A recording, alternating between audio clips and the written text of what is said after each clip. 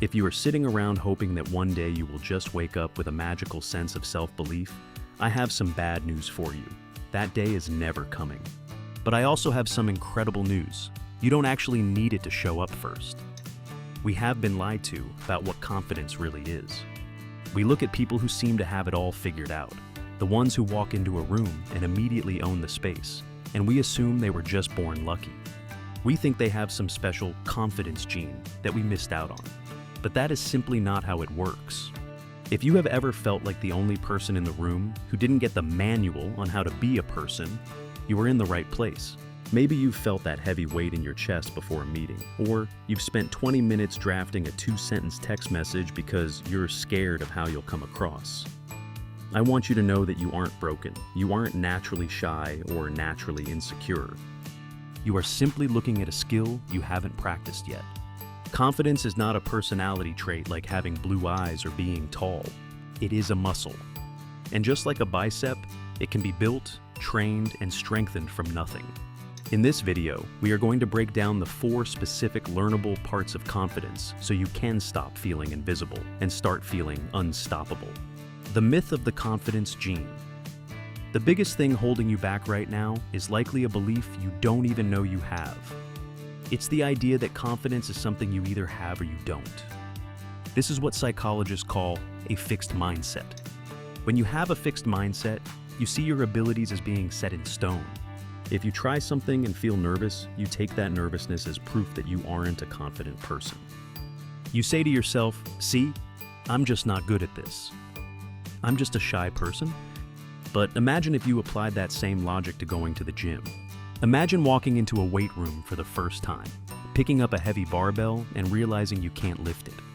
Would you drop the bar and say, "Well, I guess I'm just not a person who is strong"? You would recognize that you are weak because you haven't trained.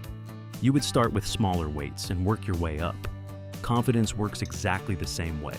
When you switch to a growth mindset, you realize that feeling nervous isn't a sign of failure. It is actually just the feeling of your confidence muscle getting a workout. Every time you do something that scares you, even just a little bit, you are doing a rep. We often think that confident people don't feel fear. We see a public speaker or a CEO and think they must be totally calm inside. But the truth is, they often feel the exact same physical symptoms you do. Their heart races, their palms get sweaty, and they have that fluttering feeling in their stomach. The only difference is how they label those feelings. Instead of calling it anxiety and seeing it as a sign to stop, they call it excitement or energy and see it as a sign that they are ready to perform. They don't have a lack of fear, they have a different relationship with fear. The fastest way to start building this skill doesn't actually involve your brain at all, it involves your body. Have you ever noticed what you do with your body when you feel insecure? You probably try to make yourself as small as possible. You hunch your shoulders forward, you tuck your chin down, and you might even cross your arms over your chest. This is a natural human reflex to protect our soft spots when we feel like we are under threat. But here is the problem. While your mind tells your body to get small, your body is also sending signals back to your brain. When you slouch and look at the floor, you are literally telling your nervous system that you are in danger. Your brain responds by pumping out stress hormones like cortisol, which makes you feel even more anxious. It's a loop that traps you in a cycle of feeling small. To break this, we use what some researchers call power posing, or simply high-power body language. Try this right now, even if you're just sitting at home. Pull your shoulders back and down. Lift your chin so you're looking straight ahead, not at the ground. Take your hands out of your pockets and let them take up a little bit of space. You don't have to look like a superhero. You just have to act like someone who has a right to be in the room. When you change your posture, you change your chemistry. You send a signal to your brain saying, "Hey, we're safe. We can relax." It's an outside-in approach. You don't wait to feel brave to stand tall. You stand tall so that you can eventually start to feel brave. Once you've adjusted your body, you have to deal with the noise inside your head. We all have that inner critic, that annoying voice that loves to tell us everything that could go wrong. Things like, if you say that, everyone will think you're weird, or why would they want to talk to you? Most of us treat this voice like it's the absolute truth. We hear a negative thought and we just believe it. But to build the skill of confidence, you have to stop being a believer and start being a scientist. In the world of therapy, they call these negative thoughts cognitive distortions. They are basically lies that your brain tells you to try and keep you safe in your comfort zone. The next time you feel a wave of insecurity, I want you to stop and ask yourself, what is the actual evidence for this thought? If your brain says, everyone is judging me, look around. Is anyone actually looking at you? Are they pointing and laughing? Usually the answer is no. Most people are way too worried about their own hair, their own mistakes, and their own lives to spend even 5 seconds judging you. When you start demanding evidence for your negative thoughts, those thoughts lose their power. You can move from saying, I can't do this, to, I am currently learning how to do this.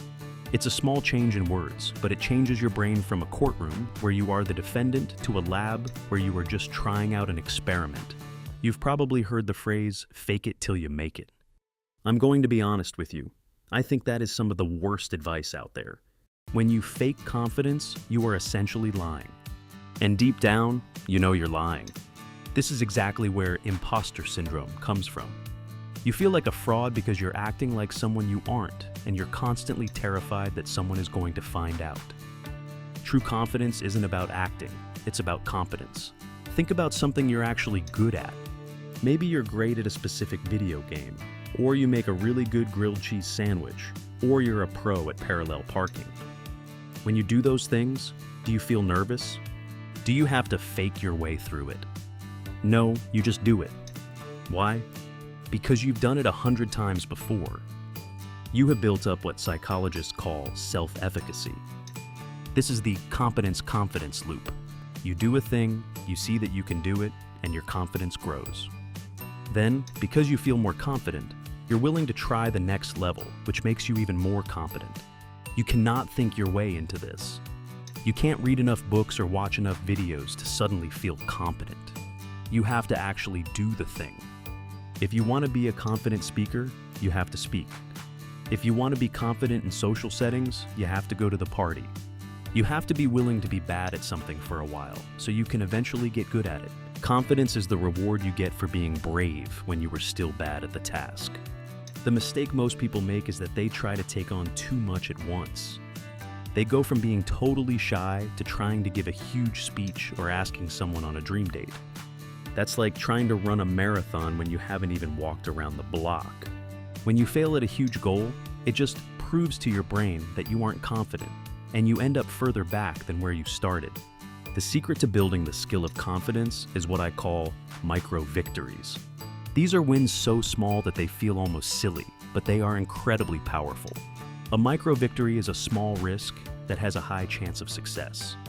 For example, if you're afraid of talking to people you don't know, your goal shouldn't be to give a toast at a wedding. Your goal for today should be to look the cashier at the grocery store in the eye and say, "How's your day going?" And actually wait for the answer. That's it. When you achieve that small win, your brain releases a little hit of dopamine. It feels good. More importantly, it provides a tiny piece of evidence that the world didn't end. You survived the interaction. Tomorrow, maybe you ask a question in a meeting. The day after that, maybe you send an email you were nervous about. These small bricks build the foundation of your confidence. You are proving to yourself, one tiny step at a time, that you are capable of handling discomfort. If there is one thing I want you to take away from this, it's this. Confidence is a side effect of action, not a requirement for it. Most of us are waiting to feel ready before we take a leap. We wait to feel confident before we apply for the job, before we start the YouTube channel, or before we tell someone how we feel. But the feeling of ready is a lie. It doesn't exist. The most confident people in the world are the ones who were willing to do the hard things while they were still shaking. They didn't wait for the fear to go away. They just took the fear with them. You are a work in progress, and that is exactly where you were supposed to be. You aren't broken, and you aren't missing a gene. You are just in the middle of your training. Start tomorrow morning. Before you even get dressed, stand in front of the mirror and fix your posture. Shoulders back, chin up. Look yourself in the eye and decide on one tiny micro-victory you're going to chase today. Don't worry about being perfect. Just worry about being a little bit braver than you were yesterday. You won't find confidence by searching. You will build it by showing up.